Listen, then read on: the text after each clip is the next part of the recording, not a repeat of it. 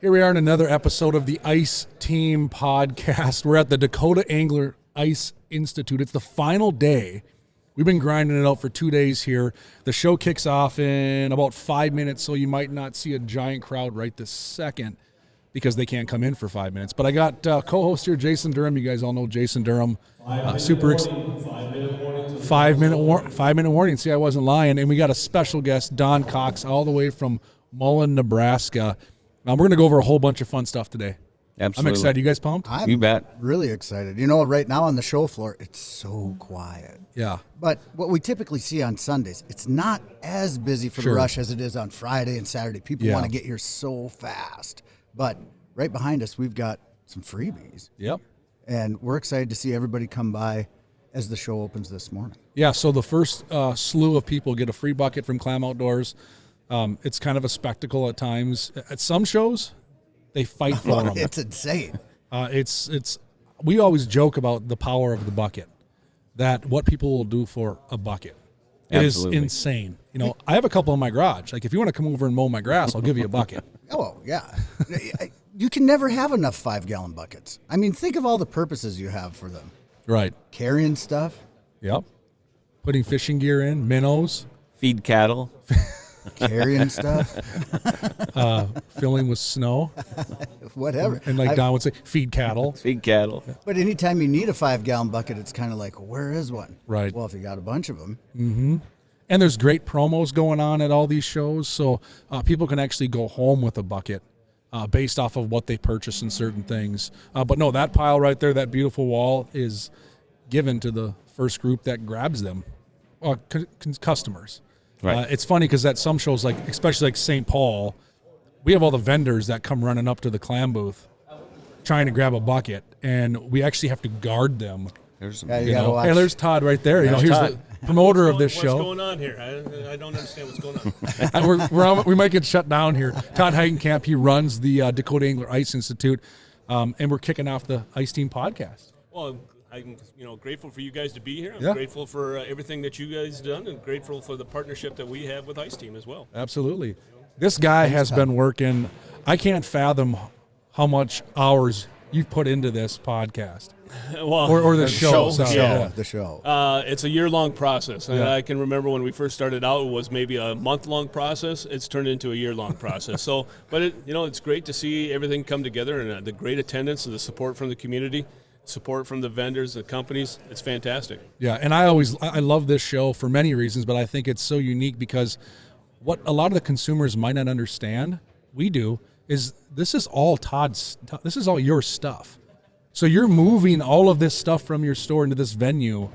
So everything we're working off of, whether we're clam, whether we're working the Vexlar booth, whatever it might be, is all stuff that Todd's brought over from his store. So if you really grasp that, if you come to a venue like this and look at what you've done, wow. It fills the entire convention center.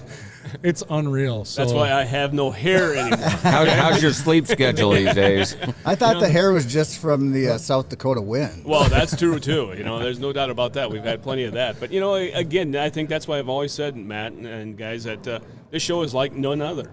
We are a mom-and-pop shop that is putting on an ice fishing show, and all the inventory is coming from us. Yep. All the other shows are not like that. And then it's nice to be able to say, like for you, Jason, or Don, we're working with a customer, and you go up and say, hey, this is the rod I use, or this is the shack I use. You can just walk them to the register, and they buy it right there, and they're a happy customer. I love it. And I remember we were just reminiscing on some of the first Dakota Angler Ice Institutes back in your shop, transitioning to a community hall, to a church, now to the Sioux Falls Arena. Like, I remember some of the first ones to where it is now. Like, this is a very substantial show. Yes. It is awesome. So, man. And speaking of that, I have to go open up the door. So Don't get run over. Yeah. I'm surprised we even got you, but hey, we'll take it. That's Take great. care again. Thanks for everything. Thanks, Todd. One of the things that this show was initially built on, the foundation of this show, the Ice Institute, was that it was educating anglers. Yeah. And it still is, even though the whole retail part of it has grown substantially, that educational piece of it still holds true. So there's seminars going on all weekend, but this isn't the only show that does that. Right. I mean, if you come to an event like this, don't just plan to come in and get a really good deal. show is open. Show is open. But plan to spend some time at the show and take in some of these seminars. You'll get information that, is invaluable. Right. And I love it because, like, we just talked about the first seminars or the first years. I remember going to the gymnasiums and the auditoriums that he would rent out for different venues to have this event. And it was built off seminars. Like, Absolutely. It's the Ice Institute. That was his initial push, was you looked at all these shows that had seminars and whatnot. But he's like, the initial thought I know was to make it about the education. And I'll tell you what, I gave a seminar yesterday. We're losing Durham in about 40 minutes because he's given a seminar. They're packed. Like, Yeah. it is. They are very, very well attended, which is awesome. That's like the message behind Ice Team, right? Is education, teaching people what do you want to know, what do you want to learn, and these seminars are rock solid. Yeah, and if you have anything that you ever want to know, here's the best part, is that every one of these seminar speakers runs it like I run my classroom. Right. If you have a question about something, you can literally interrupt the seminar and go, hey, what about this? Yeah, very informal. It's not a. No. You get interrupted in kindergarten? Yeah. And the best part is at the end of the seminars, there's no quiz or anything. So if you do happen to close your eyes and take a quick nap. It's a good idea. Quizzes after the seminar. There you go. For prizes. Yeah. We won't call it a quiz. We'll call it a game show. Here's a question for you, Jason. Yeah. Because we're going to drill down a whole bunch today. How many seminars have you given on ice fishing in your lifetime? Oh my God, I have no idea. I have no idea, and it ranges from, large venues to Cub Scout troops. Mm-hmm. I've done days on the ice with groups, and Are those your favorite?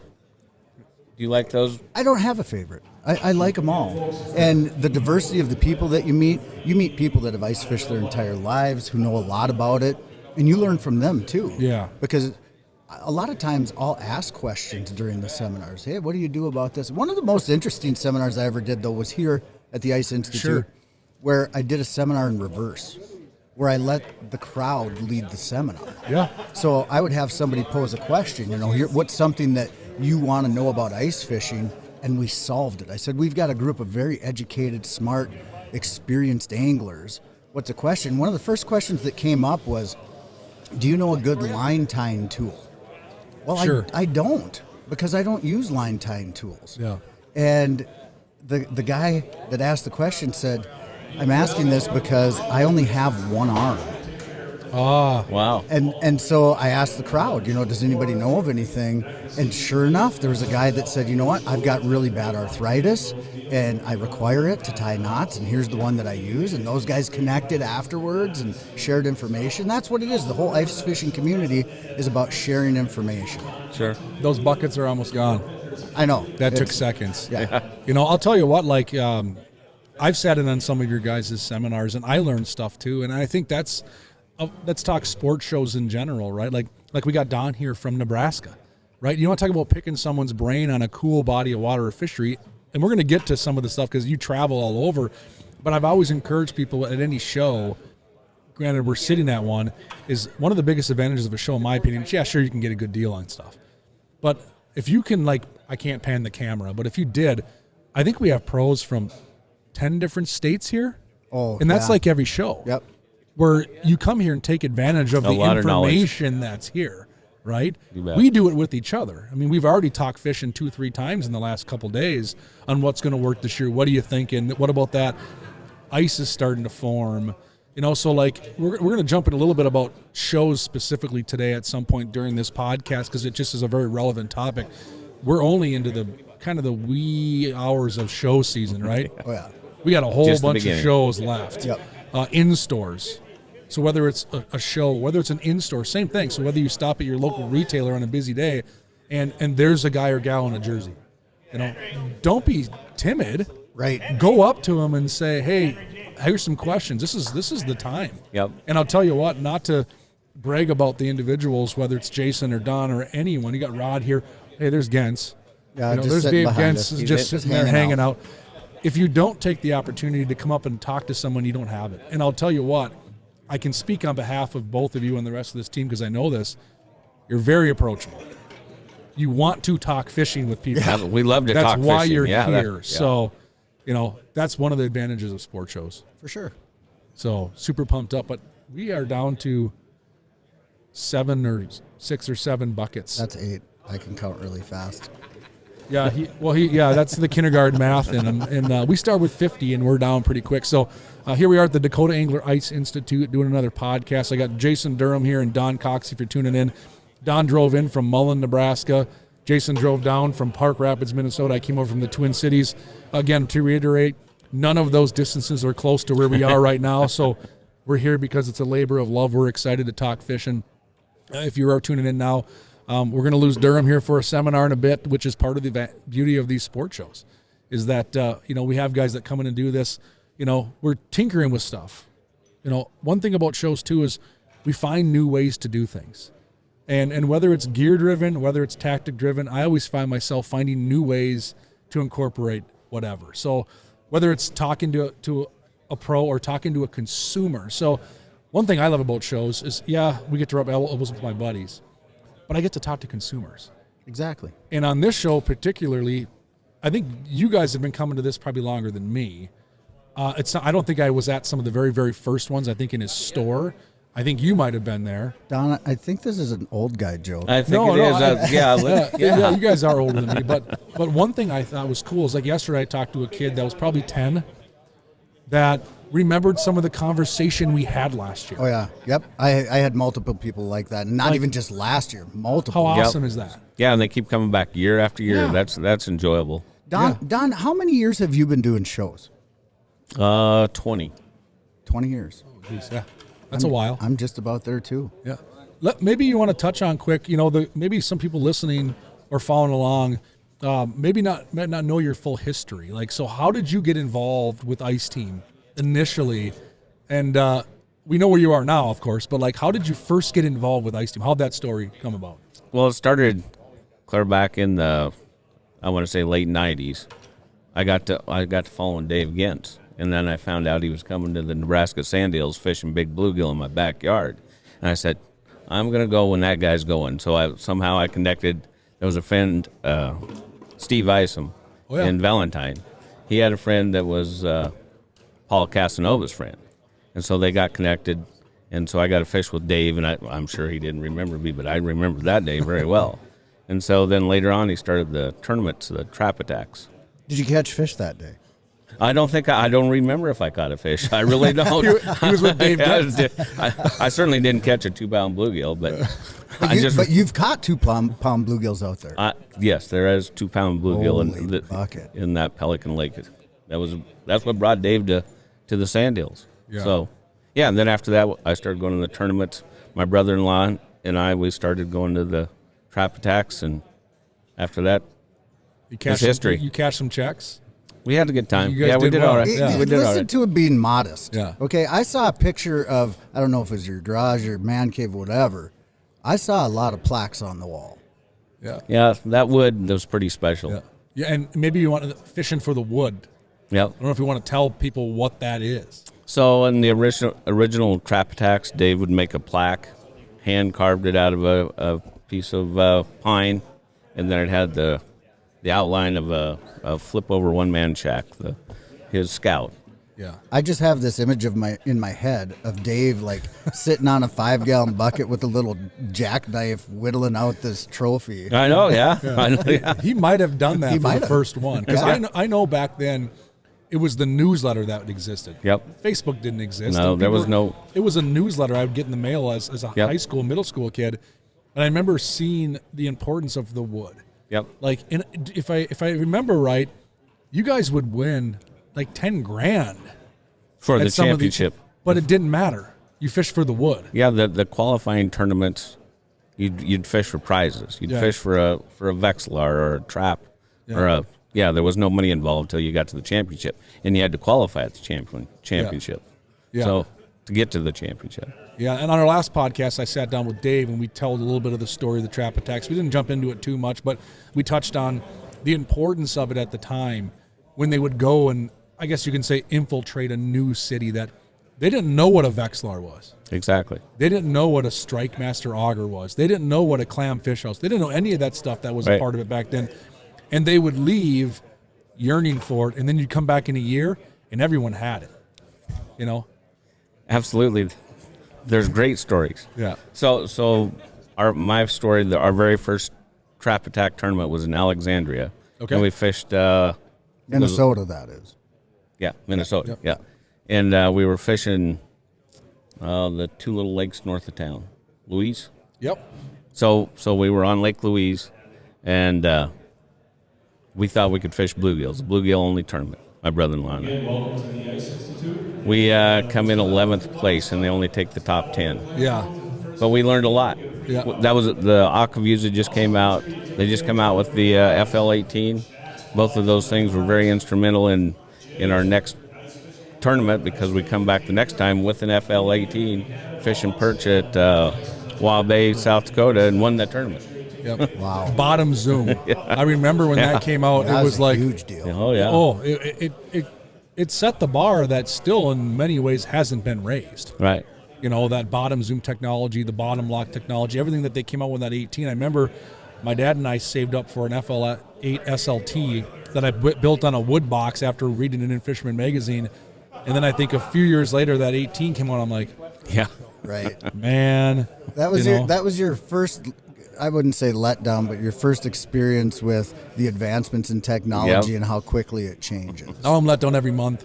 Yeah, exactly. It's crazy how fast it changes. Well, Don, you talked about a little bit about your fishing background in Nebraska and how you got to where you're at, but you do other things out there too.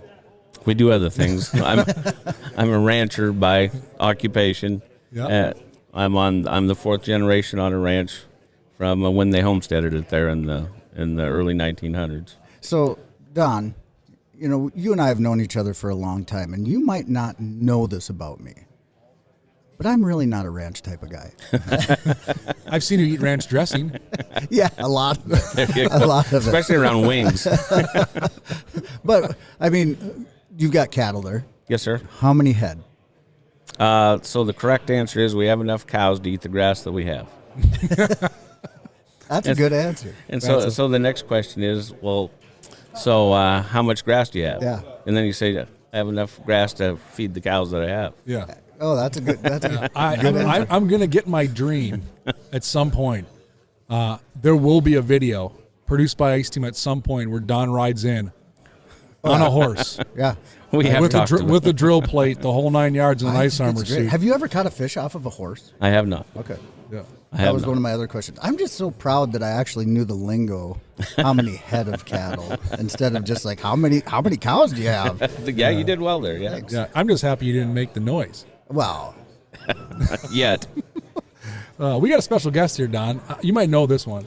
Yeah, this is my second son, Tristen. He also lives in Mullen there with us on the ranch. Yep, Yeah. I'm out there ranching. I'll actually day work for a bunch of neighbors and stuff. Just when we kind of have a little slower time on the ranch, which is not very often. Sure. But yeah, just out there, living the dream. Yeah. So our summers are really busy ranching, but then the winters, we kind of slow down a little bit so we can get our feeding done on our short days. Every other day is a long and a short day feeding. So Yeah. It's all drawing straws to see who actually gets to go fishing on the long feed days. Sure. So one of us has to stay home, but the rest of us, you can take off and go fishing. So Well, that's what I love about this show, because this is the one time I get to see all of you. yeah, And I love it. And I'll tell you what, like I'll toot the cock fans horn real quick here. And I say that because you might be the hardest working family we have at these shows. I don't know about that. I mean, like, and you guys there's no quit. You're always working hard. You're never looking for a downtime. You're always looking for something to do. And I'm guessing that comes from your background. That's what we do. We work. Yeah, that's how you are at home. Yeah. And understanding Don over the years, work ethic. You can't replace work ethic. So like right now, Tristen is working, I think 2 booths. yeah, I'm working over in Vexlar, selling K drills, selling Vexlars, helping Yep. there, and then, if I step in and help clam whenever you guys need a little help over here, which we are fairly well staffed Yeah. at this event, but Yeah. but it's always fun. I mean, For sure. Well, what's enjoyable about this show in particular, coming here to Sioux Falls, is we relate to a lot of people here too. So we enjoy the show, visiting with other ranchers and people in agriculture too. So and there's a lot of people from Nebraska that attend this show. a lot of people yeah. from Nebraska. Yeah. I got neighbors that showed up. I didn't know they were coming. Yeah. There they are. Is that who we met yesterday? Yeah. Yeah. So catching Tristen, muskies. They were catching muskies. Yeah, they were showing us pictures of muskies. Tristen, I got a couple questions for you. One was, when you were growing up, and you're very, very young, was it just implied like this is what we do with the ranch? Or were there days where you're like, no, Dad, I don't want to go and do this? Oh, there's always those days. Those still exist? Oh, yeah. Oh, they still exist. Yeah. Fencing isn't too bad for most of the time, but, once it starts drying out and Dad's like, well, we got to go put a few more posts in, it takes a long time to dig through some really solid concrete kind of ground. Oh, yeah. You really don't want to go do that, and it didn't get any better as I got older. So, yeah, there's definitely days you don't want to be out there. Yeah. So when you got involved in fishing, I'm sure it was at a young age as well. Oh, yeah. So what are some of your fondest memories getting involved? Let's call it ice fishing particularly. What really got you hooked in that? First 10-inch bluegill I pulled out of a hole. How old were you? I was 7.5, maybe 8, when I truly realized that it was an 8-inch bluegill, that it was a trophy bluegill. I mean, I'm sure I caught plenty before that, but yeah, the first time you pull that out with your own rod and reel, you tie it on your own jig, you bait your own, We still have all the photos. There was a lake that we were fishing at that time, and those bluegill they were very nice. Big Oh ones. man! And all the boys caught 10-inch bluegills. Yeah. Did you catch a 10-incher when you were 7.5? No, not that I remember. I may have, but it didn't stand out like that because we never looked at fish like trophies, really. Right. I mean, just the way that I grew up, we were catching fish for food. Sure. So, Yep. Oh, I can remember doing a lot of that too.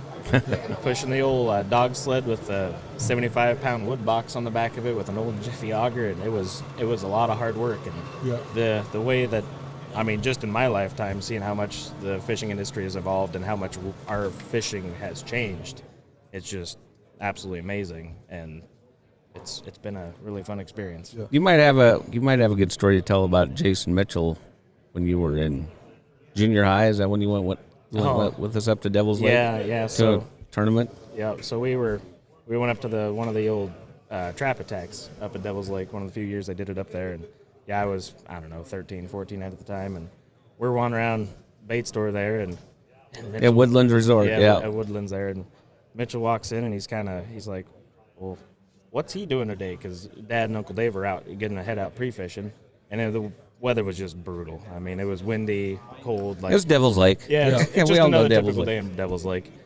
And Dad's like, well, he was just going to go pre-fish with us. And Mitchell's like, well, does he want to come video with us?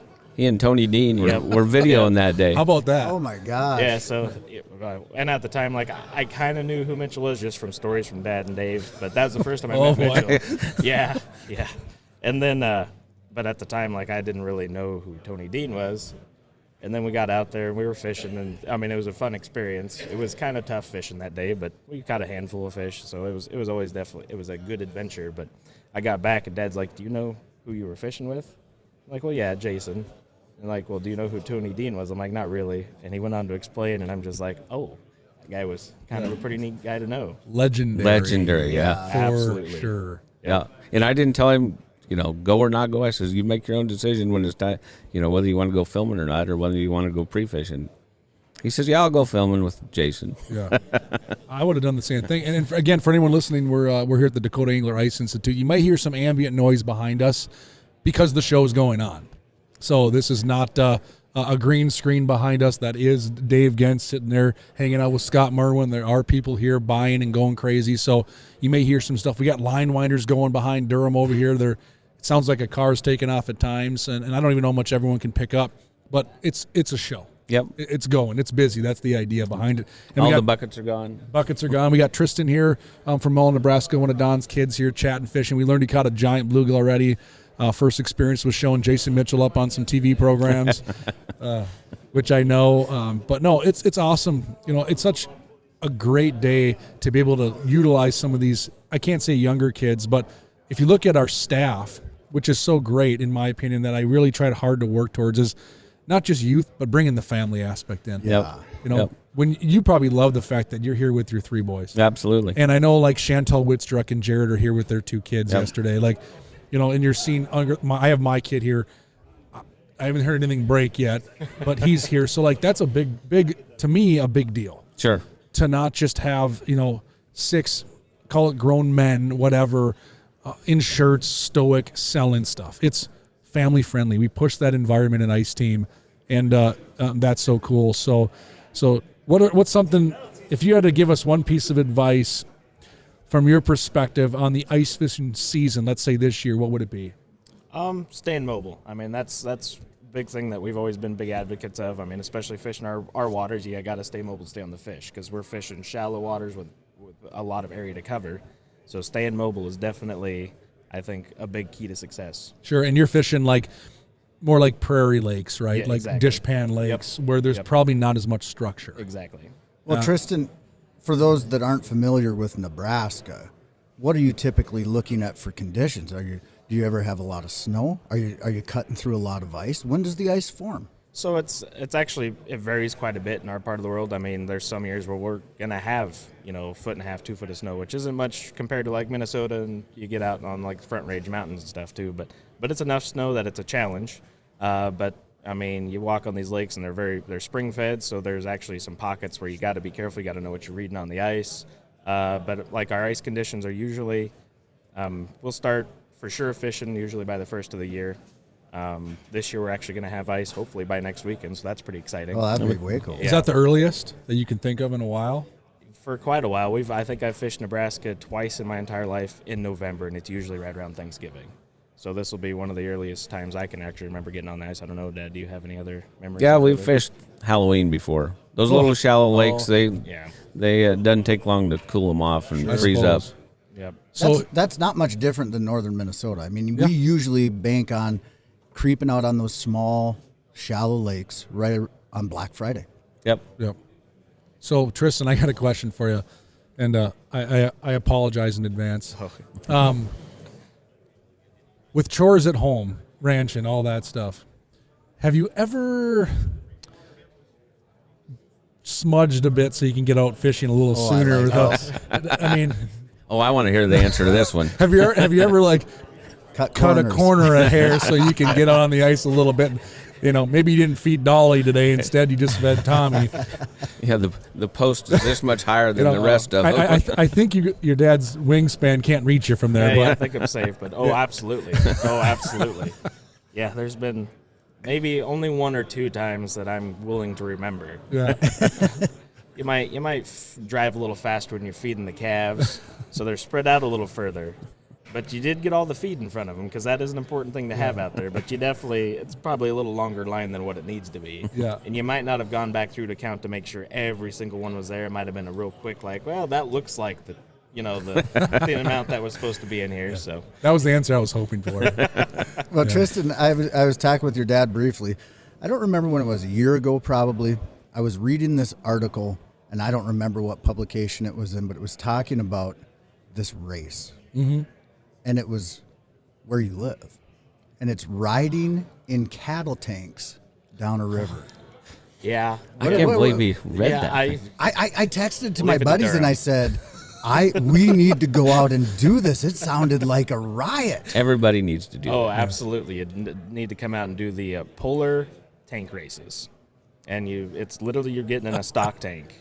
And it's a fastest time down the river, and it's like a 2.5 mile run or something. We'll have to ask Zack when Yeah. he jumps on, because he's done it. He's actually done it. I've been out there to watch it, but I'm like, I don't think I really need That's to be how we're out starting there. the next conversation. Have you gone to watch it? Oh, yeah. Oh, yeah, Is there a I've lot seen of people that come into town for this? Yes. It actually brings a lot of people in. It's pretty impressive, and it's hilarious because it's not like a lot of these guys are just sitting in the tank floating down. Like, they have paddles out there, and they are working their butts off to get down this river as fast as they can. Now, are there some paddles provided? Are they bringing like professional grade? They're bringing like aluminum reinforced paddles so they can paddle down the river, push off trees. If they get it stuck in the sand, they aren't breaking it. And it's serious. It's kind of turned into a pretty competitive thing, yeah. But it's also a little bit of a party, isn't it? Oh, absolutely. If you don't have a beer in the tank, you're probably doing it wrong. Well, that's a summer thing. That's the big push in the summer. Everybody tanks in the summer. This is just an They call event it tanks. They have a term for it. Oh, yeah, you're everyone's tanking. tanking in the Yeah. summer. They mentioned that in the article, and I Absolutely. thought, I've never heard of this before. This is wild. Yeah, it's straight up stock tanks, like big steel round stock tanks with a bottom in them. Like that's what we use to water our cattle out of. Yeah. And one guy from Mullen decided, you know what? If we can put water in them, I'm sure that we can sit in them and put them on the water. And so it's actually a big tourist attraction for Mullen now is the fact that, in the summertime they jump in these stock tanks and you float down the river and have a good time. It's just like tubing, except, you can put 6 to 8 people in a tank. And you don't have to paddle. The Loop River where we live moves along at probably 2 miles an hour, something like so. Nice, casual little. Oh, yeah. It sounds like this ride I've been on at Valley Fair. The flume. No. No, because these are round cattle tanks, so it's spinning around. Thunder Oh, yeah, Canyon. I haven't been Thunder there since I was a Canyon. teenager. Your experience Well, with I this, haven't been to man. Valley Fair in 25 years. I haven't either. And I think it was like Thunder Canyon. It could be that. Remember the flume? I don't know. I The haven't flume been is there. a log. Does anybody ever ride a log down the river? We don't Well, have on enough accident. trees. Oh, yeah. Yeah. It's usually not intentional, but, it has happened. Well, what's the population of Mullen? 94 people. Is that the last census? Yeah, so that's like about the size of Nevis where I teach. Yep. Yeah. We don't have rivers to go down cattle tanks. You need to figure we that have out. all the trees. We do have rivers. Don't get me wrong. We do have rivers. Tubing's a big thing. But we don't have enough cattle to have the tanks, whereas you don't have enough trees to have the wood for the logs. That's a good point. Right. We could barter. Yeah. You might start a new enterprise. This there, is Durham. not a bad idea. You could have a new enterprise, yeah. You could We got- probably hook me up with some cattle tanks. We got Durham's wheels turning, and it's It's usually 10:26 in the morning on a Sunday. Well, Tristen, I know you got to keep rolling. Tristan's, like I said, man in the Vexlar booth, the Cage-Drill booth. He's bouncing back and forth the clam, getting after it. So this was awesome. Sounds good. Really Thanks, guys. appreciate you coming on, man, and keep kicking some butt at the show. I know you will. And you're not. I'll find you later today. You know that. Oh, yeah, absolutely. So thanks, brother. All right, see you Get guys to work. later. Got it, man. Get to work. So that's funny. So we gotta pepper Zack now. It sounds like he's actually done the tank ride. He's coming in right now going, what did I get goes, Yeah, he doesn't myself know what happened. into? So I don't know if you want to introduce our next Yeah. guest, Don. So this is my oldest son, Zack. He's on the ranch with me as well. Yep. Perfect. And we're just going to get right into it with you. Tristen alluded that there's this popular thing going on in Mullen where you ride cattle tanks down the river, and he said he's never done it, but you have. Oh, yeah. We,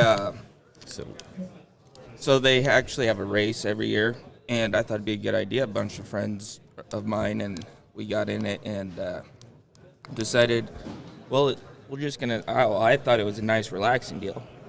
Little did I know the guys I got in with are very, very competitive. They had the reinforced paddles. They had all the stuff. Oh, yeah. And they came up, they had knee pads on. I'm like, well, what do we need that for? These Well, this guys. is serious. Yeah, it got real serious real fast. Yeah. So normally it takes 2 to 3 hours to kind of float down nice. Like we got in there, our time was just under an hour. We paddled the entire time, and a stock tank does not go straight down the No. river. Yeah, it's like a There's no turn and keel. move, and And what was the temperature? Oh, that day it was pretty warm. It was about 24, and the water was probably not much better than that. Yeah, so sometimes, you're paddling down there and the stock tanks look, they're all iced up from the water splashing on there. oh my gosh. And you get wet a bit too then? Oh yeah, especially if you're in the back. We try to rotate because the guys in the back just get soaked because, the stock tanks are 3 foot high, so you're not getting in real good and you get splashed, and so you rotate.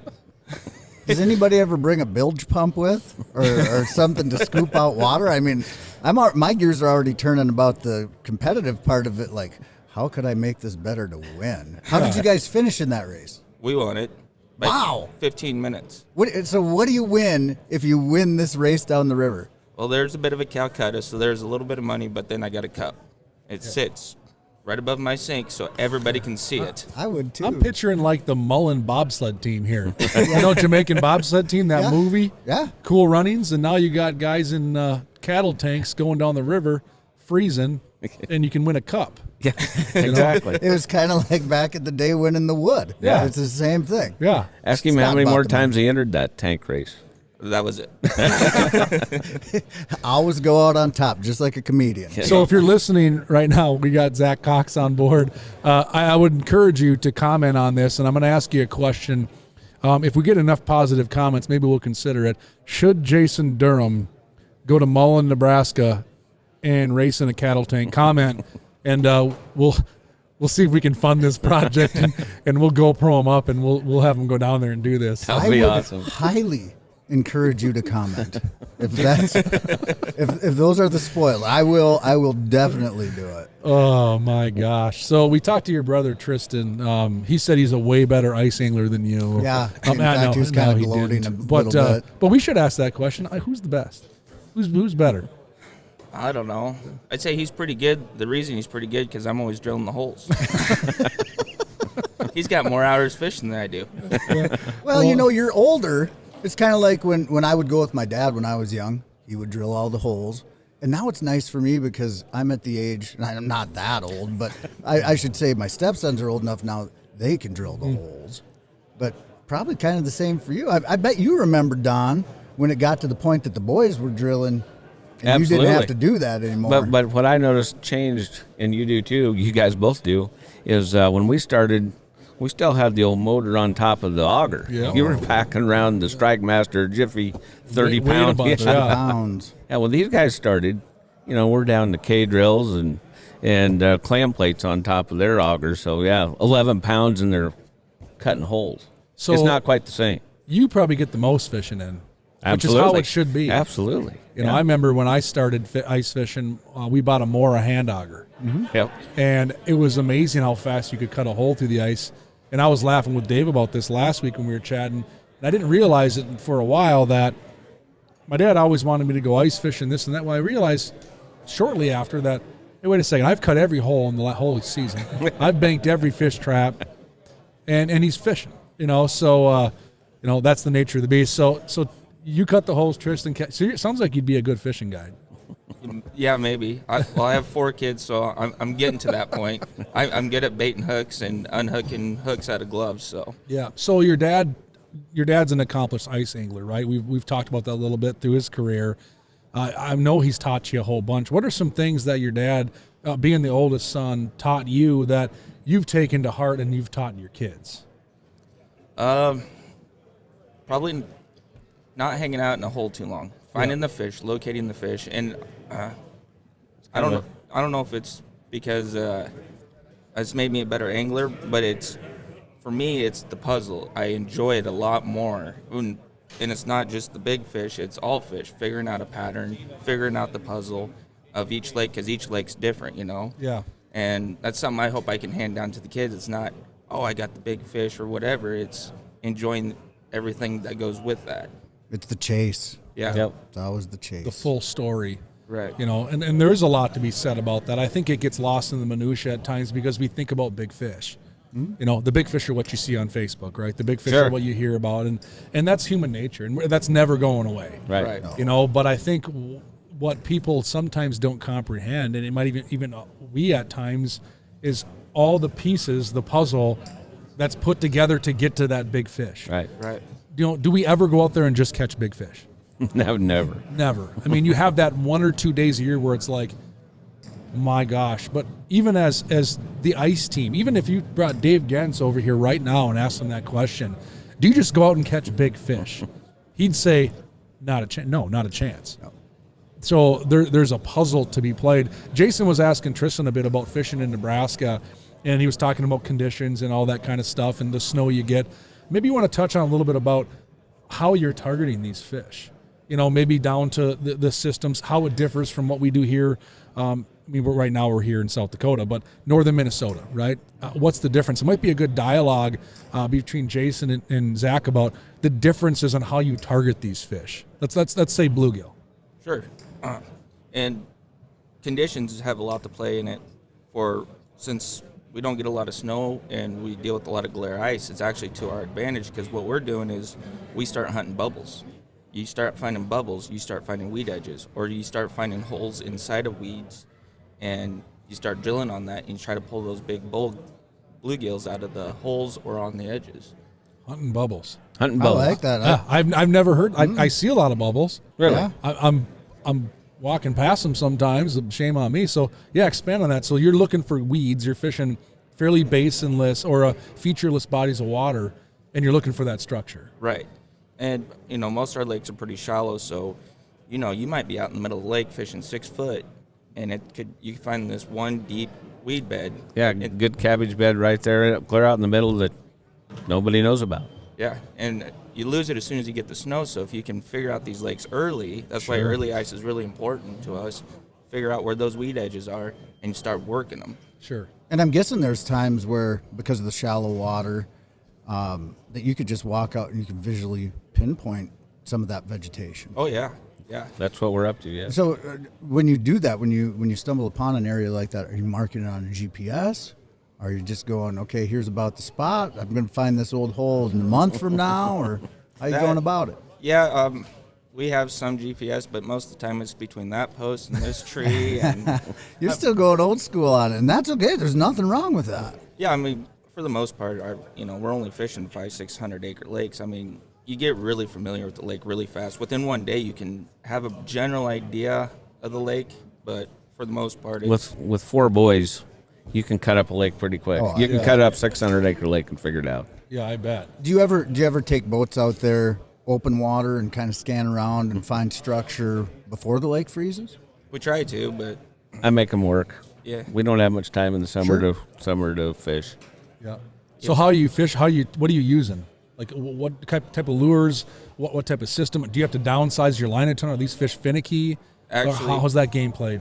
We use between 3 and 5 pound test, and the reason we do that is because these bluegill, you're trying to keep them out of the weeds. It's when you thump them, they're wrapping around weeds, and you gotta hoist them out. So I mean, I like the shorter rods, just for sight fishing, and I have a pretty good backbone and get those guys up and out of there because I've lost more fish to pencil reeds and coontail than anything else. So if you're able to sight fish, that water's got to be relatively clear. On some of them, it changes from lake to lake. You can go up the valley 5 miles, and you could go from gin clear to, chocolate milk.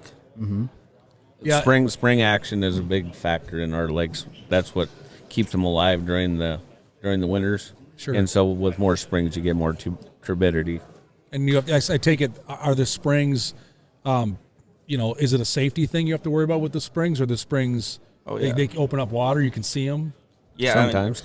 Sometimes it's just a skim Float over it. suit. Yeah. Absolutely. That's- We're a strong proponent. When those first came out, I said, all the family got them. Yeah. Well, Very for first year. for people that are just getting into ice fishing and very, very concerned about ice safety, I mean, everybody should be concerned about ice safety, but what are those details that you're looking for that tell you, okay, I should stay away from this area because there's potentially spring or thin ice there? What are you visually seeing? Just a different coloration of the ice is a big thing for us. For the most part, and you read your cracks in the ice, your pressure cracks through there, and you can see the variance in those. But then also you see a little bit darker ice or something like that. You try to avoid it, but Always a spud bar. We Yeah. pack a spud bar all winter long. And how thick does the ice get? The thickest that you're going to see through the season, what's that going to be? Some of the reservoirs we can get up to 30 inches ice. Oh, so driving pickups out there, things like that. They don't allow that in Nebraska. They don't? Oh, okay. On any ATVs. lake? Nope. No, No preemies, nothing. no, Why? because it's too dangerous. They think. Yeah. Who knows? ATV? ATVs, You drive an snowmobiles. ATV? Yep. Okay. But no pickup trucks. That's Right. interesting. So I never knew that. it's funny Yep. you mentioned the larger line because of the weeds. I've encountered that a bit at times too, because it's no joke. Like, you have no leverage on a pencil reed when the lure or fish wraps around it through a hole in the ice. Yeah. Right. None. Game over. And nothing's worse when you hook up to that big crappie or something like that, and you can see it right there. And you can also see your line wrapped around that pencil reed, and it's moving every time you pull, sticking up through the ice. Yeah. What a lot Sad of day. people don't realize about pencil reeds is that there's so many individual fibers that run vertical on them. And so you can't just like break through them. Even when they're dead, they're really, really difficult to break if there's, a bend in it or if your line gets wrapped around it. Like open water, really the only way to get off of it is to go right up to it and bring your hook straight up the reed. So if you wrap a bluegill around one under the ice and it's just off to the side a little bit, boy, good luck. You're in trouble. Yeah. Do you have some tricks that you use when you do get caught up with one? Yeah, actually, if I'm running a little bit stiffer rod, I'll try to reel up to it. Otherwise, I'll try to give him slack, and hopefully he can kind of, if you can get away, and then I'll quick give it a pull, and sometimes you can unwrap him around. And that's hard to do. When you can see that big fish there, and you're like, oh, this is a good one. Slack. And I am going to let the pressure off of my rod and just let it swim away a little bit. But a lot of times it works. Yeah. Bass fishermen do that under docks. Sure. They hook a big one. They're like, oh, I'm snagged. They'll just like feed line and just give it a few seconds before they break off. And sometimes that fish will find a way out. Yeah. That's funny. I've seen pictures of you guys on social media fishing in the pencil reeds. Like there's pencil reeds all over around you. So just to give our listeners and viewers a visual on really how shallow at times you're fishing.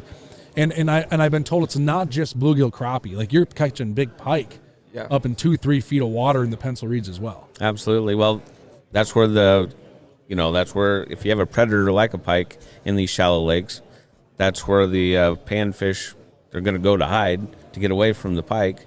And guess where the pike go? Right in the pencil weeds as well. So we're in a lot of times. Very rarely do we fish deeper than 7 foot of water in these sandhill lakes. Yeah, that's my kind of fishing. Yeah, it's awesome. It's fun. What's a big pike out there? My biggest is 37 and a half. That's a big pike. That's a big Yeah, 40 inches is kind of where we hit. Those are big pike. 2.5 foot of water. Yeah, it's wild. You don't fight up and down; it's side to side. Yeah, no doubt. That's a lot of fun. I know I gotta watch the time because it's 10:42. Uh-oh. Durham's speaking at 11. Cutting it close, like we talked about. We're at the Dakota Angler Ice Institute. We got the Cox family with us joining in. Jason Durham's here. Like I said, one of the beauties of these shows is seminars. We've been doing a lot of them. We're going to lose Jason here in a few minutes. He's going to go give his seminar. What are you giving it on? Guides, tricks for tricky fish. Guides, Ooh. tricks for tricky. Say that 3 times fast. Toy boat. No. Don, you were in a seminar yesterday. You did the pro panel on Friday. Or it was on Friday yeah. on Sunfish, yeah. Yep. Enjoyable. Great crowd. I mean, this place packs the people in for the seminars. People should. I mean, that's a huge resource. Mm-hmm. People should Take go to advantage those. of it Yeah, for sure. Well, awesome. I don't know. When we lose Jason, we just lose Jason. I'll try to give you an idea. If you're watching, you'll visually see it. And right now we got Zack Cox on here, the oldest, the most wise of the family is what I'm being told. I'm just prepping myself for each son to come on to kind of jab him a little bit. So we've learned here that I can communicate to Garrett. You're the best ice angler now. We figured that out. You cut the most holes. None of them work hard. I think I got the list down pretty solid. That sounds good. And we got Durham coming to go tanking. Yeah, and Durham, comment. Yeah, do comment. we want to see Jason Durham going tanking in Mullen, Nebraska? Yes, we do. I'll tell you what, I'd come down because can we ice fish at the same time? When does that happen? Yeah, it's I think the first weekend of February or March. I mean, Sweet. Yeah, so there'll be sim lakes. oh, we could do all sorts of things. Zach and I are going to go use 5-pound line to catch giant bluegills in the pencil reeds. You're going tanking. Yeah, I'll be back in about 3 hours, I hear, 3 hours. because I'm not paddling hard. So what we're saying is Durham's not going to get the cup. Yeah. Yeah, maybe best dressed. I'm bringing my own cup. Durham will get best dressed. Yeah, Yeah. that seems to make I hope sense. they have some side categories like, most enthusiastic participant or something like Coolest that. costume. Coolest They guy. do. Oh, They do. yeah. They have coolest costume. That is. They do. That's a thing. That's a thing. There's people Well, decorated. this is all found great. your end. I can't believe this just landed in my lap. I have to be careful though because he may not come back. Like he may love it down there so much that we won't have Durham in Minnesota anymore. So we lose our host to tanking. He might become a professional tanking guy and start some kind of league. You don't know. I mean, I wouldn't put it past you. And I've never been to Nebraska. I have a ton of guide clients that come up from Nebraska and know a lot of people from there, but I've actually never been to Nebraska. We'll And corrupt you. you've invited me out numerous times. The hard part is, and this is for everybody that fishes, ice fishes, does anything in the outdoors, finding time Yep. is the biggest challenge. Right. Our ice weekends are limited. Yep. So, well, cool, man. I know you got to keep rolling. You've been rocking and rolling. He's been working nonstop all weekend as well. I don't even know how much stuff you sold. You sold plenty. I can tell by the promo items that are flying off the shelf. So, thanks, dude. Thank this you. is awesome. Appreciate you coming. Zach, we'll thanks chat so some more. much. Thanks, Thank Zach. you, guys. Yeah, keep rocking and rolling. I don't know if this is the time you probably got to roll. You tell me. 10:45. We'll wait about another 4 minutes or so. 4 minutes. It's not 5 minutes. Yeah. It's not 3 minutes. It's maybe 4 minutes. 4.5. 4 minutes, and that's just fine. Again, we're at the Dakota Angler Ice Institute. If you're hearing some of that noise in the background or tuning in right now, we got what I'm being told. We're gonna be joined by another member of the Cox family, and we'll let him get earphoned up because he needs to know off the bat. This is the member that catches the least amount of fish, works the least. We're just kind of prepping what we've heard. I'm just saying. Don, introduce your other son. Yeah, so this is the third son on the totem pole, and Baby. Yeah, this is Garrett, and he is the chef. He's probably the smartest one out of all of us. He's not ranching. He's a chef at Sand Hills Golf Course there in Mullen. Awesome. Well, welcome, dude. I don't know if you want to let us know. So you're doing the chef thing. We know you ice fish. I've seen you catch big ones. You've come to the show many years. We chat a little bit with Tristen, a little bit with Zack. We're trying to get Durham to go down tanking. Oh, there we go. So we're really pushing. So we're telling all of the viewers and listeners to comment if you want to see him do that. We'll try to pull it off. We learned a little bit about fishing, talking this and that. Maybe tell a little bit of your story. How'd you get involved in fishing? What were some of your fondest memories as a kid? We asked kind of the similar question to Tristen and Zack that really got you jacked up to do this ice fishing thing. Say probably one of the most fond memories was going up to Smith Lake. We went out and How big a bluegill did you catch there? it was at 11 and a quarter inch bluegill up there. Crappie were thick as thieves. I mean, I remember using first time I ever using the hand auger, and was it 10 inches of ice? 11 and a quarter. How old were you? 6 years old. 6. You got 11 and a quarter inch gill. Yep. They were ruined right away. You know, Yeah. there's some people that just stop fishing at that point. They go, I already did what I needed to do. Have you caught one bigger since? Nope. I've had some close, hitting just pushing that 11 inches, but never that 11 and a quarter. Wow. So for our listeners, like, I don't know how many people measure their fish, right? And this isn't a jab at anyone. This is just the truth. A lot of people don't measure their fish a ton, right? They say, oh, I caught a 1 pounder, or I caught a 10 incher. I hear different terms, 5 pound bass. I caught a 5 pounder. Right. If you truly measure all of the bluegills you catch, you will know how big an 11 and a quarter inch bluegill is. Exactly.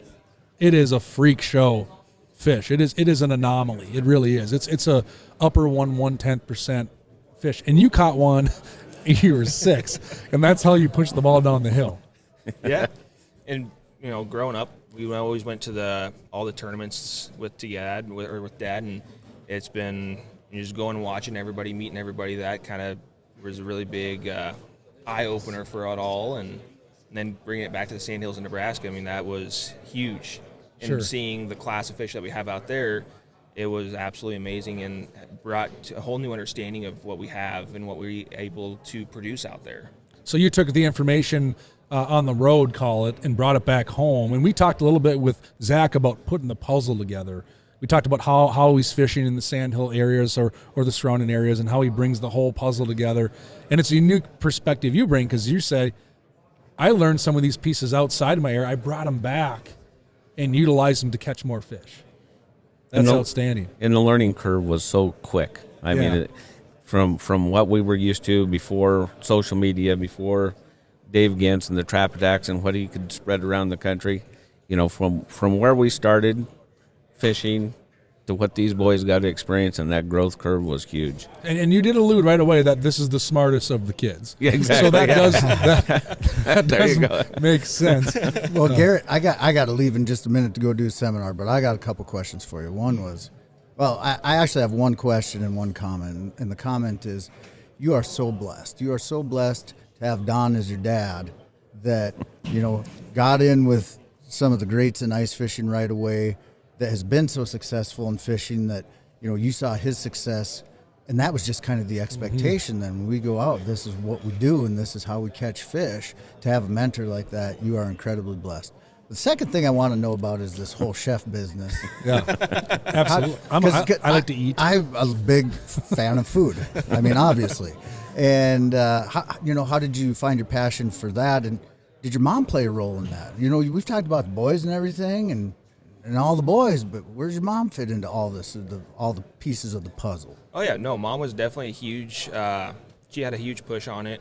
But a lot of it actually, we have a friend from Italy. She'd come out a couple times a year, or a couple times within a few years, and she did this traveling cooking classes. She'd come to the U.S. and we ended up meeting up with her, and we did some classes in Mullen, and that kind of got the ball rolling there. And then Mom, she always loved cooking all sorts of different dishes. Well, she had to. There was all of us to cook for. I can't imagine the food bill at the Cox house growing up. Well, you understand. I don't know. I've seen all three of your boys. I wouldn't wrestle any of them. And then we'd have hay help also in the summertime. We'd have extra help. So she was always cooking. Yeah. But this Gisela, the Italian friend of ours, they actually just had a cooking class again. What was that? Last weekend. She was back from Italy. Okay, sure. I got to stop you right there. Is there any chance whatsoever that she can come out and give a cooking class about the time the cattle tank races are taking place? Because if I can do all this in one trip, you're in. My gosh. Well, Durham just heard Italian named Giselle and asked if she's... No, I was thinking Italian food solely. Well, she's 82, so... Oh, okay. But my just wife, a hair too old. So she's got a lot of experience cooking food. That's yes, somebody she that I would love to learn from. Oh, her. I can't imagine. And actually, she was here because my wife, Deb, his mother just started a pasta business, and she was Gisela was instrumental, and Garrett was instrumental in bringing that pasta business online. So outstanding. Mm-hmm. So wait a second. Deb's got pasta for sale right now. Absolutely. Yeah. How do we not know about this? I don't. That's why I'm loving this, that we get to sit down and talk about these things. We're always talking fishing at the shows. Yeah. We don't get to hear about Deb's pasta. What's the brand? Saviatos. Yeah. Yep. And where can you get this? Online. She has a Facebook page. She has a website, Instagram, Twitter. Saviatos. How do you spell that? Is it SABB?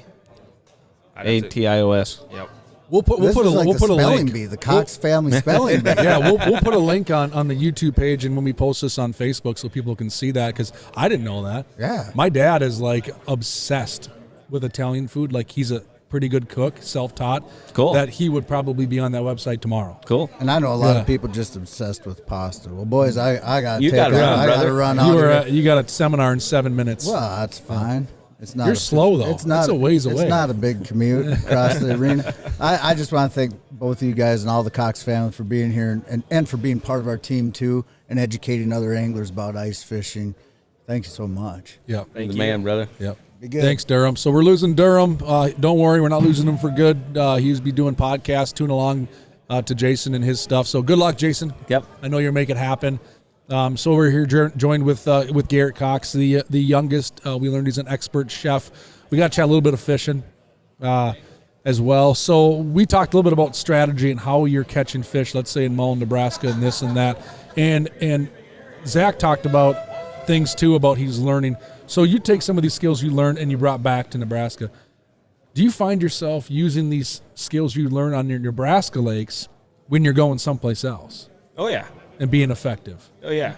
Find yourself having an advantage? I definitely see an advantage in there, especially when you start finding those fish that are being more fickle, or they're more on edge. And so with the Nebraska fish, you're sitting there and having to work out, well, these fish are not coming in, or they're not liking this presentation, or you're having to have to finesse them a lot. And that's a lot of Nebraska fish. I mean, you have to finesse them almost like okoboji. Sure.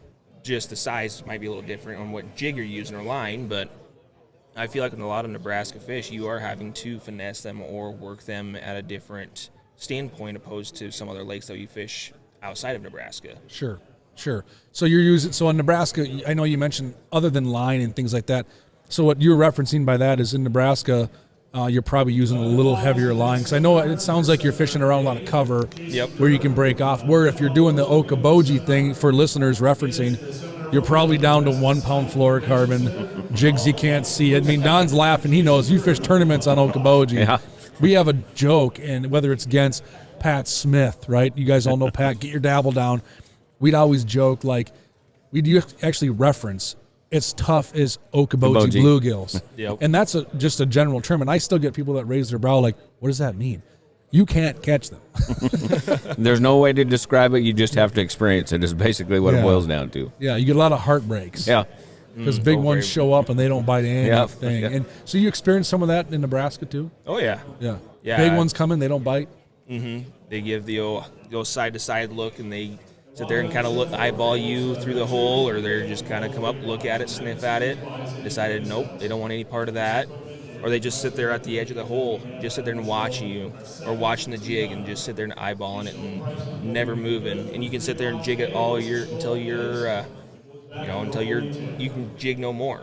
So what kind of pressure are they seeing on those lakes? Like, are you seeing, like I guide in the Twin Cities, Minnesota. Like, I go out on the lake on a Saturday and there's 1,000 people on some of these lakes. Nothing like that. So it's not really, it's not angling pressure that's probably making these fish skittish. It's just they're just in tune with their surroundings that well. Yeah. Yeah, and our problem with these shallow lakes, so you're only talking a mean depth of maybe 3 feet. And so when a higher pressure system rolls through, and that's what he's referencing when they get really finicky, is a high pressure system will roll through, and those fish will, they'll become very lethargic. Sometimes they'll even run really fast. I mean, they'll be buzzing around the lake, but they're not in an active feeding mode because they can't change the pressure in their body because they can't go up or down the water column. Yeah, so you're not getting thermoclines, you're not getting any of that stuff ever happening in these lakes like we see in some of these larger lakes here. So talking fishing still, obviously we know there's bluegill, crappie. We've talked about big pike. What else are you catching? Or are there any surprise catches on some of these lakes that listeners may be shocked about? Catfish is a big one. Yeah. We've got a reservoir just close, and we catch, I broke my personal best this year with 11.62 Channel cat? through the ice. Yeah, you'd enjoy this. Yeah, I guide channel cats all winter long. You'd enjoy this. They pod up. They pod up under the ice, and it's not unusual to have 40 or 50 cats in a similar size. And you're catching them? Because when we get them like that, we catch them. But I've learned catfishing through the ice, when you find them potted up like that, they're wintering holes or whatever, there's a certain amount of them that are stacked like cordwood on the bottom, and they're not eating. Right. And then there's the roamers, because the misnomer for cats is they're bottom feeders. They eat garbage. Right. That's what everyone thinks. But these cats in the wintertime, they'll suspend in 30 feet of water, 10 feet below the ice, and they're alpha predators. They're alpha. Yeah, they're there to eat. Yeah. So you're catching cats down there too. Anything unique come up a hole? Like you ever see, I had a muskrat come up the hole once. You guys get anything unique down there that? Oh yeah. Stories to tell that people might not believe. Oh, we've had muskrats. That Smith Lake with your cousin. Oh yeah. Yep. Yeah, we were sitting there fishing and same thing. Muskrat just came up and that shack could not have flipped over fast enough, and we were both scrambling, just darting off side to side. We could not figure out what the heck was going on. Yeah. That'll scare you. I mean, I've caught one muskrat through the ice in my life, and it was actually on a tip-up. Really? Flag goes up. We pull it in. I'm like, this is just, there's something moving on it, clearly. But I'm like, it's not swimming like a fish. And I'm like, what did I hook? And it was a muskrat. It tried to take, I had a hot dog on it, and he tried to take the hot dog, and he took one treble hook to the paw, and he had it in his mouth. Uh-oh. He was not happy. Oh, no. They're not a happy critter anyway. I was 18 years old in high school, and I pulled this muskrat out of the hole. But I've seen Keith Cavias, one of our ice team pros, posted a video of one jumping up, and it went viral. He had millions of views, and he's laughing. This muskrat's running around. He's videotaping with his phone. It was all fun and games till it tried to take his walleye laying on the ice. And then Keith jumped into action real quick.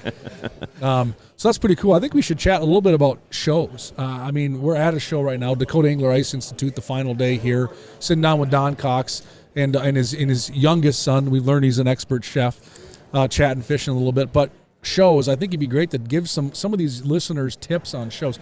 Both of you work a lot of shows. You're working in-store events. You're really pushing to educate. You guys do it so well. I think we should share a few tips, we're about to embark on a bunch more shows. Yep. This isn't the last show of the ice season. No. Our listeners are probably going to join some. They may be going to a retail store. If you had to give our listeners a couple tips on if you're going to a sports show, what should they consider? What do they want to plan for? What are some things so they can navigate a show or a busy in-store to get the most out of it? I would recommend showing up the first day. Yep. That'd be the biggest thing. I could not say much more because first day you know they're gonna have what you want, and you hit that second, third day, well, they might not have that size or they might not have that exact one that you wanted, just because they're flying off the shelves. Yeah. Everybody's getting it while they can, because some places might have it, some places might not. So buy early. If yeah. you see something you like, buy it. Yeah. That seems to be the trend lately. Absolutely. Yeah, the last 3 years, it's just been crazy. The product that we had, what was it, the X100.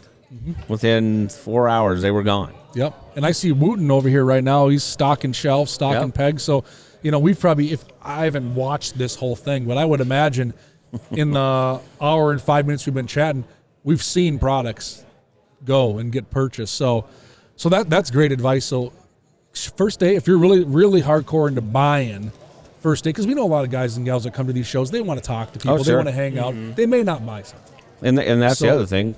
Yeah. Show up and talk to the people. Talk to the pros, talk to the people. Just talk fishing. Right. Now, would it be advantageous to maybe show up without your significant other knowing what you're going to buy? That's a good idea sometimes. Yeah, and I had a story right away yesterday morning with somebody buying something, and I watched them come out or leave 3 times with stuff. I'm not talking a little handful. I'm talking like stuff. I think he bought a forward-facing sonar system. I think he bought an auger, and I'm like, holy cow. And then he walked past the snow dog. And he's looking at the snow dog sitting over there, and he's scratching it. And I think it was his son with him, and maybe a son's buddy. And they're like, well, why not? He goes, you bought everything else. And he literally goes, ugh, I don't know if I can hide the snow dog from my wife, though. And then he literally jumps into, you know what? I got room at my warehouse where I work. I could probably fit.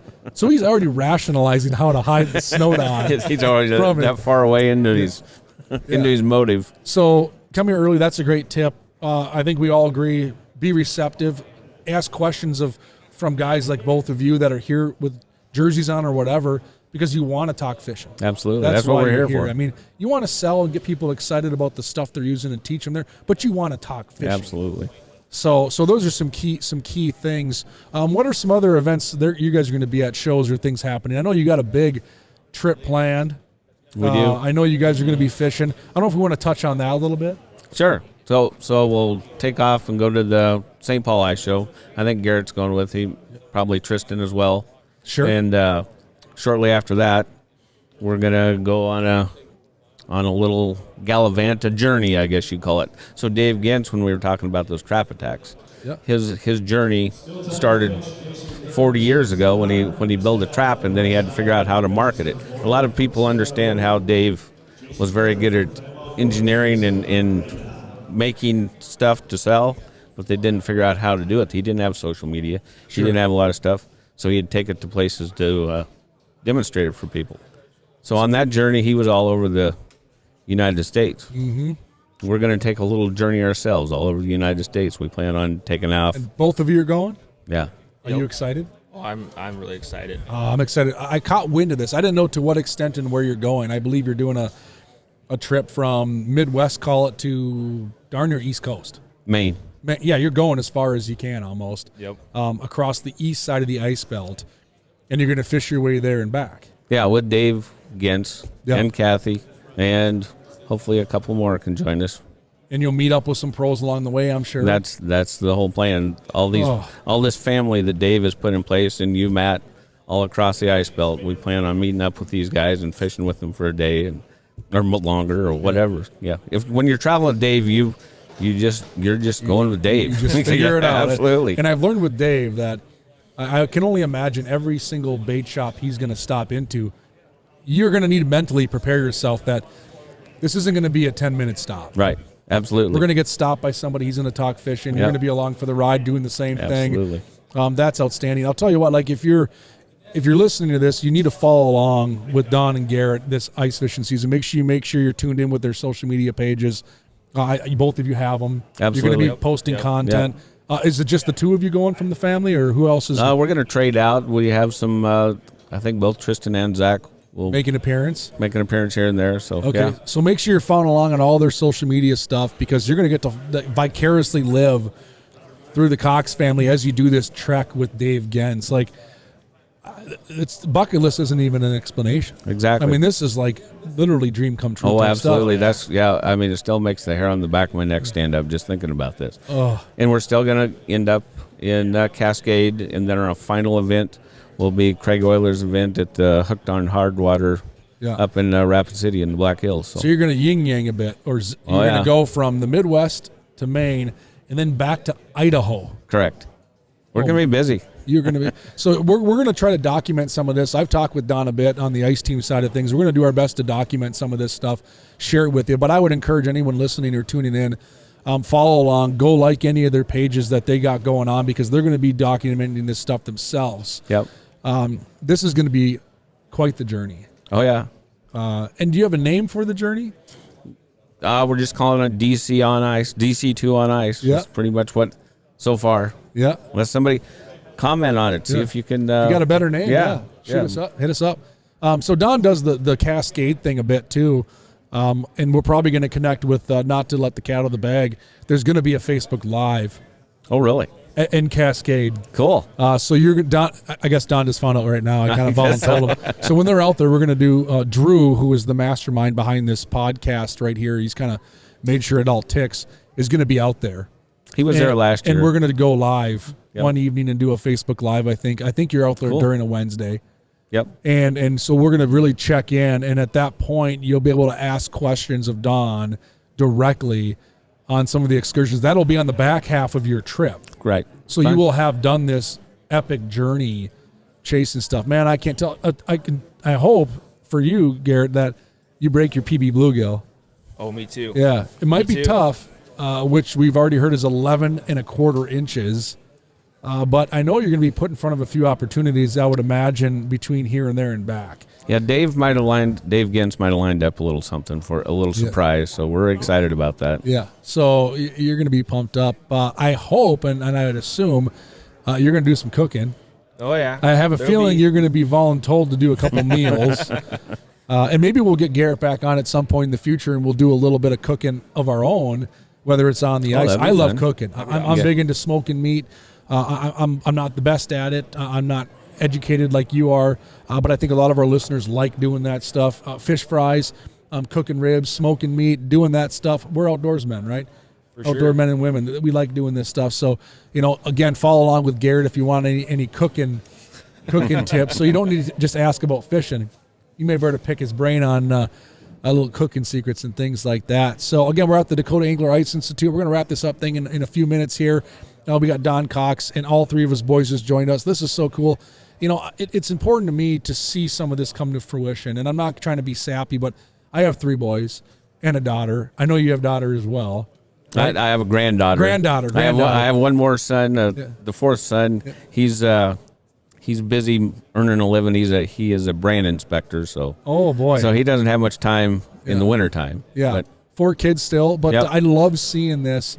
And now you're big dudes. You would kick my butt if we ever got down and dirty, I'm sure. But like I got 3 boys, and it's so fun to see what you've done, Don. Man, the whole industry should applaud parents like you, and I mean that with all my heart, because you look around here.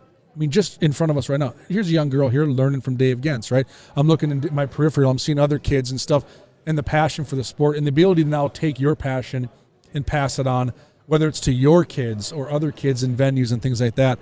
I think so awesome. And I find myself, that's become my driving force, is to make sure my little boy over here helping people catch his fish. Absolutely. Mm-hmm. And can go home saying, I can do this too, right?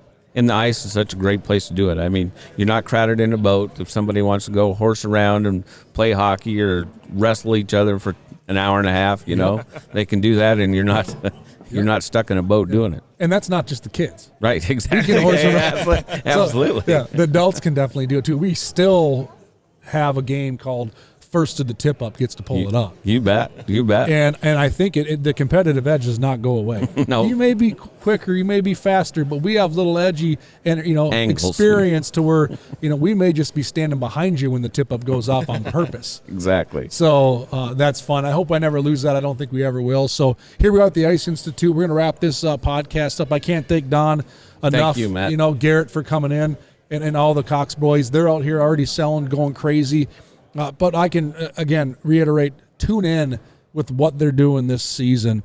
It's awesome. Again, we joked at the beginning that people go, oh, they ice fish in Nebraska. You're darn right they do. And I'll tell you what, guys like Don are even traveling the ice belt to go ice fishing. So tune in, follow along. That's the idea behind Ice Team is education, having fun, teaching you new ways to do things, getting outside the box, getting outside our comfort zone so that everybody listening can catch more fish. So on behalf of the Ice Team, here we are, wrapping up another episode of the Ice Team podcast. Let's get after it. Have a great season. Thanks, everybody. Thanks, Matt.